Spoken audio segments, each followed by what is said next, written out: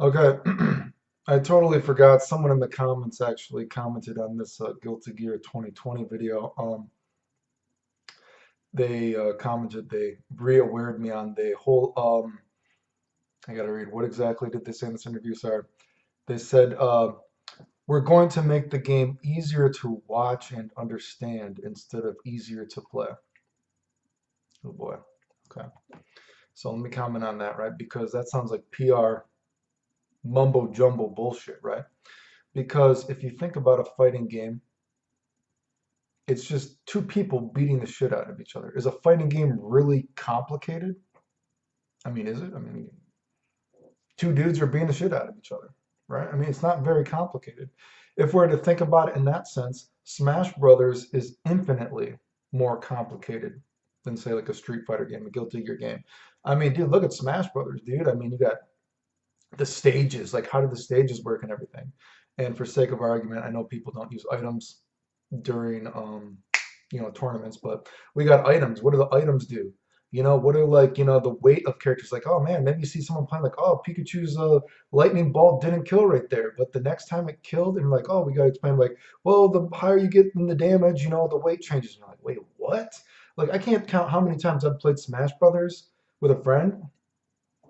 Yeah, not a big smash, just something with a friend. And I'm like, what the fuck does this move do? What the fuck does this item do? In that sense, Smash Brothers is a more complicated game to watch and understand than Street Fighter, right? Isn't it? Right. What about even Dragon Ball Fighter Z? Let's compare this to Street Fighter 2. We got Street Fighter 2. Think about it. Jab strong, fierce. Short forward roundhouse. Or if you're like more new school, three punches strengths and three kick strength, right? Think about, and if you're close, you get like a different punch, right? And a different kick, right? Okay. I grasp what's going on. Think about a game like Dragon Ball Fighter Z. You got light, medium, hard, but then you got this fireball button. And if you're looking at, like, oh, well, you see, like, well, if you do this homing dash, this goes through the fireball. And you're like, oh, okay. And like, oh, if you do the fireball, then that means you can get out of this kind of blocks. And you're like, oh, okay. Wait a second. Is Dragon Ball Fighter Z already more complicated than Street Fighter? If we're to think about it, like, a game is easier to understand, not easier to play, right? So that's like bullshit. Because if you think about that, it's like, wow, Dragon Ball Fighter Z. If you're just watching it compared to Street Fighter, it's like, dude, why can you like fly through this randomly? It's like, oh, because you did a fireball. Like, why can you like randomly like reflect there, dude? Like, I don't get what the fuck is going on in this game. I don't fucking understand it. All I understand is like Goku shoots laser beams, dude. It's fucking sweet, man. Goku shot a laser beam. Everyone shoots laser beams. That's the only thing I get, dude, right? I mean, so what I'm getting at, that's complete bullshit. And who knows if people are paid to say certain things, you know what I mean, when they give interviews. But I mean, again, if I'm looking at this right here, it says a game that is easier to watch and understand instead of a game that is easier to play. That sounds like PR nonsense to me, because we can look at examples of games and totally ruin that argument. So the game actually becomes, once we start playing it, that's when we see there's like more complicated things, right? We start to play and it's like, wow, this game's a little bit different. You know what I mean? Like, oh, so this is how it works. Once we start playing it, we see what's complicated about. So if they're actually going with, so that could mean like, yeah, the game could be total bullshit, right? The game could be total fucking bullshit, right? It could be like pure mumble jumble. Because again, once you play the game, once you actually start playing the game, that's when you see it. You play Dragon Ball Fighter Z, it's like, wow, you can do all this cool shit, which I've said. And then you play, it's like, oh, the game is so dumbed down, such a dumbed down fighting game once you play it and ruins it. Maybe you look at a game like Street Fighter 2. Oh, it's three punches, three kicks. Okay, this looks way more simple than games nowadays. But then you're like, oh shit, moves were not so pre-contrived. Moves were more free-flowing, actually. You know what I mean? Like, this move did not have this specific use. That's why I've always used these examples of games like Street Fighter 5. It's like, you read the cliff notes before you even play the match. It's like, oh yeah, this move was plus this plus this, blah blah blah blah blah blah blah blah blah blah blah blah. ASMR.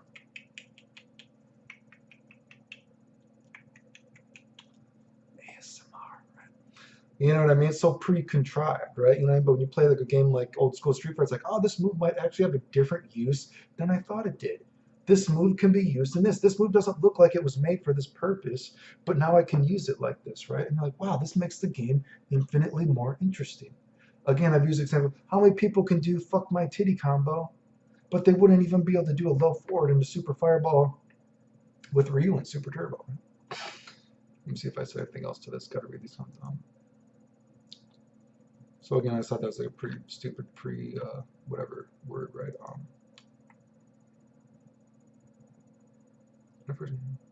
So yeah, and I was gonna say like this. And before I end this video, I was like, what was I saying? There's like, so here's the thing.